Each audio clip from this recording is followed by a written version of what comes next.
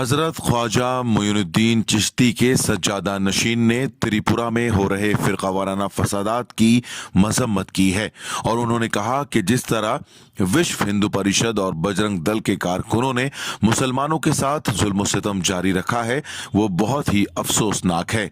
हम इसकी भरपूर मजम्मत करते हैं। बांग्लादेश में जब अक़लियतों पर जुल्म हुआ तो मुसलमान सड़कों पर आ गए और हिंदू भाइयों की हिमायत में आवाज उठाई गई।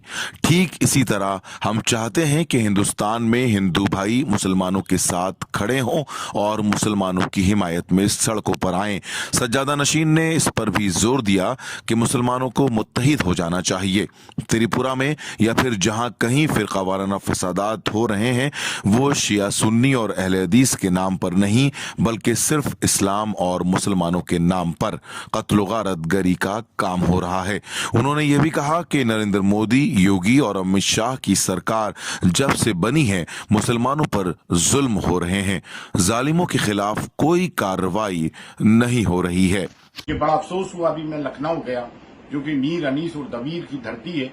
वहां बोर्ड्स हिंदी और इंग्लिश में तो थे, उर्दू में नहीं थे। मैं वहां पे ये कह कर आया हूं, बराए करम यहां से इस खेल को शुरू करें और लानत उलमा, मशाइख, पीर और जाकिरीन पर जो आज तक 7 सालों में जिन्होंने आवाज नहीं उठाई है और आवाज भी उठाई है तो मियानी बकरी की तरह उठाई है। जब से ये नरेंद्र मोदी, अमित शाह और इनकी हुकूमत आई है, इनके आने से मुसलमानों पे कहर बर्पा हो गया।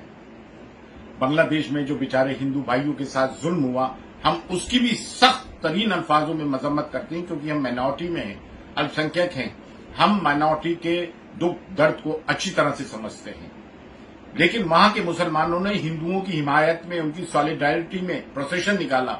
मैं यहां के हिंदुओं से, हिंदुस्तान के आह्वान करता हूं कि हम मुसलमानों पे जो जुल्म ज्यादती हो रही है, आप भाई भी रोड पर प्रोसेशंस निकालें और हमारी हिमायत करें। और मुसलमानों को भी सीए एनआरसी में जो प्रोटेस्ट किया था डेमोक्रेटिक तरीके से, उसी तरह से हमें रोड पे आना पड़ेगा और कानून का दरवाजा खटखटाना पड़ेगा।